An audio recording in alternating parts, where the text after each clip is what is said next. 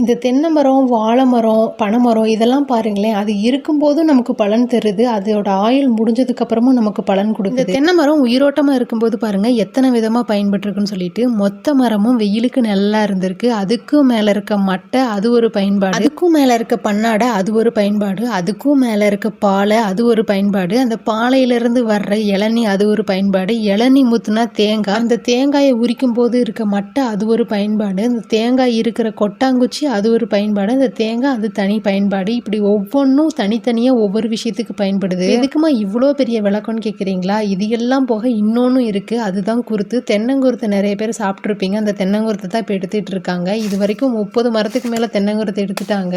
ஒவ்வொரு மரத்தோட குருத்தும் 30 ரூபாய்க்கு போயிருக்கு. ஆனால் ஒரு குருத்துல கூட இத்தினோன்னு நான் சாப்பிட்லைங்க, அதுதான் விட்டுட்டேன். வீடியோ பார்க்குறவங்க யாராவது தென்னங்குருத்தை சாப்பிட்ருந்தீங்க அப்படின்னா எவ்வளவுக்கு சாப்பிட்டீங்க, அது எப்படி டேஸ்ட் இருந்துச்சுன்னு சொல்லிட்டு கமெண்ட்டில் சொல்லுங்கள். நானும் தெரிஞ்சுக்கிறேன், மற்றவங்களும் தெரிஞ்சுக்கட்டும். இன்னி யாராவது எங்கேயாவது தென்னங்குருத்து விற்கிறத பார்த்தீங்க அப்படின்னா சின்ன பீஸை வாங்கியாவது சாப்பிட்டு டேஸ்ட்டு பார்த்துக்கோங்க. நானும் அடுத்து எங்கேயாவது பார்த்தா கண்டிப்பாக வாங்கி சாப்பிட்டு டேஸ்ட்டு பார்க்கணும்.